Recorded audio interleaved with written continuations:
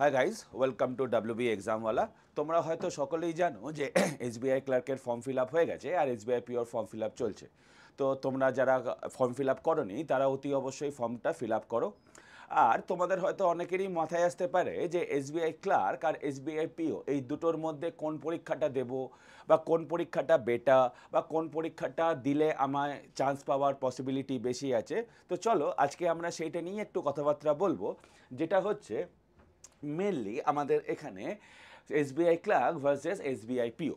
ঠিক আছে, তো প্রথমত বলে রাখা ভালো, এসবিআই পিও আর এসবিআই ক্লার্কের মধ্যে মেন ডিফারেন্স হচ্ছে স্যালারি একটা ডিফারেন্স আছে, টাইম ওয়ার্কের একটা ডিফারেন্স আছে এরকম, এবং যা কোয়েশ্চেন দেয় তার মধ্যেও প্রচুর ডিফারেন্স আছে। তো মেনলি প্রিলিমসটা সবারই সেম, এসবিআই ক্লার্কের যা প্রিলিমসে দেবে এসবিআই পিওতেও প্রিলিমসে সেম, সাবজেক্ট সেম, মানে ইংলিশ থাকবে, ম্যাথস থাকবে, রিজনিং থাকবে। এসবিআই পিওতেও ইংলিশ থাকবে, ম্যাথস থাকবে আর রিজনিং থাকবে।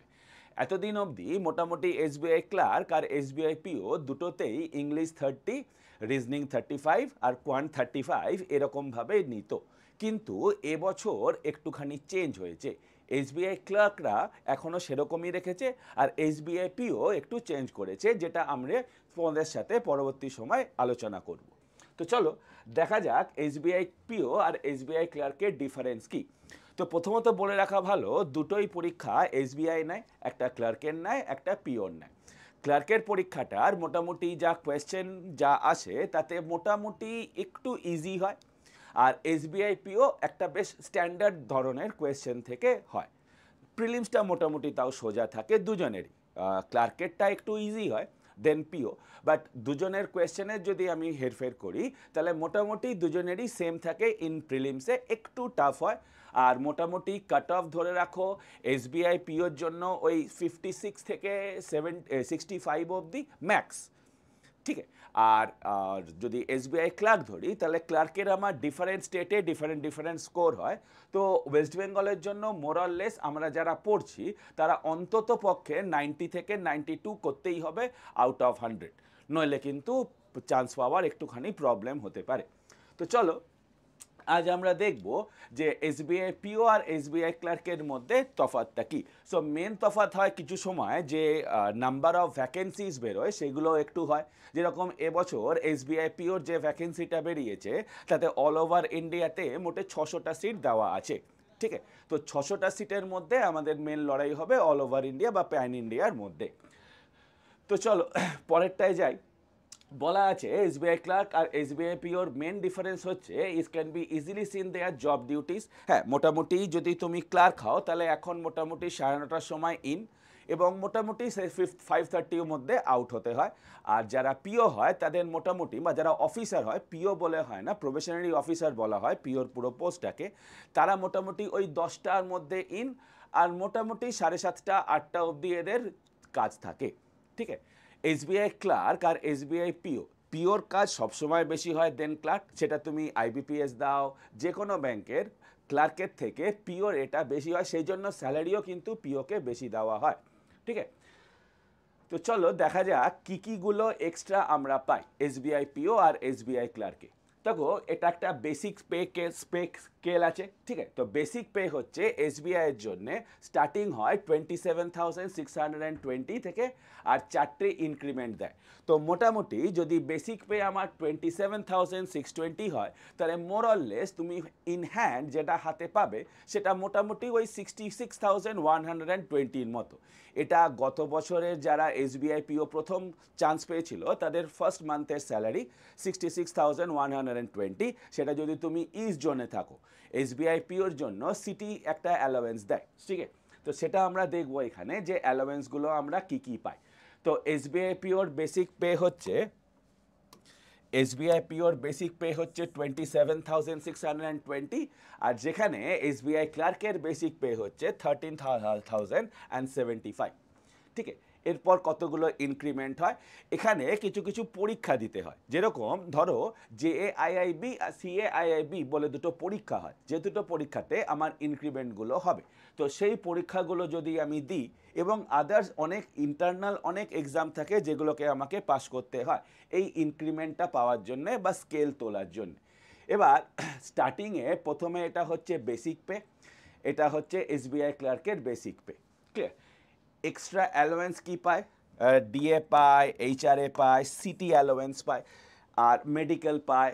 ঠিক আছে, এটা হচ্ছে কে কে পায় না এসবিআই পিও পায়। সিটি অ্যালোয়েন্স মানে ধরো আমার যদি প্রেফারেবল সিটিতে না পছন্দ হয়ে আমাকে যদি অন্য কোনো সিটিতে আমাকে ট্রান্সফার করা হলো, একটা সিট দেবে যে তোমার কোন কোন এ পছন্দ, এরকমভাবে একটা সিট দেয়। তো সেই সিট অনুযায়ী আমি যদি দেখি তো আমাকে একটা সিটি অ্যালোয়েন্স দেয়। সেটা যদি আমাদের ইস্টার্ন রিজিয়নে হয় একটা প্রাইস আছে, সেটা যদি আমাদের ওয়েস্টার্ন রিজিয়নে হয় তাহলে একটা প্রাইস আছে। তো এইগুলো এক্সট্রা করে আমাদের একজন এসবিআই পিও পাবে। এসবিআই ক্লার্ক কী কী পাবে দেখো না, এসবিআই ক্লার্ক ফার্নিচার অ্যালোয়েন্স পাবে, হাউস মেনটেন্যান্স অ্যালোয়েন্স পাবে, বুকস অ্যান্ড ম্যাগাজিনসের অ্যালোয়েন্স পাবে, ব্রিফকেস অ্যালোয়েন্স পাবে, রিমেম্বার্স অফ টেলিফোন বিলস এগুলো পাবে, পেট্রোল দেয়। ঠিক আছে, তো এগুলো হচ্ছে মোটামুটি বেসিক পে আর অ্যাডিশন অ্যালোয়েন্স। একটা পিও যখন বা একজন অফিসার যখন থাকবে সে কি পাবে, আর একজন ক্লার্ক যখন থাকবে সে কি পাবে। Clear? Now next, compensation on pass কি পায় না, total compensation of annual minimum 8.2 lakhs and maximum of 13.8 lakhs depending on the place posting then other than factors. ঠিক আছে, এই জিনিসগুলো আমরা পাবো কার মধ্যে না, যদি কেউ আমাদের এসবিআই পিও দেয়। ঠিক আছে, তাহলে দেখো এইগুলো হচ্ছে আমাদের বেসিক পে এসবিআই পিওর, এটা হচ্ছে এসবিআই ক্লার্কের বেসিক পে, এটা হচ্ছে এসবিআই পিওর অ্যাডিশনাল অ্যালোয়েন্স, আর এটা হচ্ছে এসবিআই ক্লার্কের অ্যাডিশনাল অ্যালোয়েন্স। ঠিক আছে, সো নাও এবার দেখো আছে জব প্রোফাইল। জব প্রোফাইল মনে হচ্ছে ধরো একটা কাস্টমার কমপ্লেন্ট বা কাস্টমার ইস্যু যে হবে বা একটা ব্রাঞ্চ যে হবে, সেই ব্রাঞ্চের হেড হবে হচ্ছে পিও। তার আন্ডারে 3টে বা 4টে ক্লার্ক থাকবে, ডিপেন্ড করছে যে কোন জোনে সে আছে। ধরো যদি একটু বড় সিটি হয় বা ব্যাংকটা একটু বড় জায়গায় পোস্টেড হয় তাহলে একটা পিওর আন্ডারে অনেকগুলো ক্লার্ক থাকবে, আর যদি একটু ছোট হয় তাহলে 3-4 জন ক্লার্ক থাকে যদি আমি গ্রামের দিকের এতে যাই, ব্রাঞ্চে যাই। ঠিক আছে, সো নেক্সট হচ্ছে পোস্ট। এটা হচ্ছে প্রবেশনারি অফিসার স্টার্টিং র্যাঙ্ক। একটা প্রমোশন 1 হয় যেটা জুনিয়র ম্যানেজমেন্ট গ্রেড স্কেল হয়, আর একটা হচ্ছে প্রমোশন 2 হয় যেটা মিডিল ম্যানেজমেন্ট গ্রেড স্কেল 2 হয়। ঠিক আছে, এটা হচ্ছে এসবিআই পিওর র্যাঙ্ক। ক্লার্কের র্যাঙ্কে প্রথমে আমি অ্যাজ আ ক্লার্ক ঢুকবো, তারপর যখনই আমার র্যাঙ্ক বাড়বে সেটা মোটামুটি 2 বছর বা 1 বছর 1.5 বছর এরকম পর পর একটা টিও হবে, ট্রেনিং অফিসার।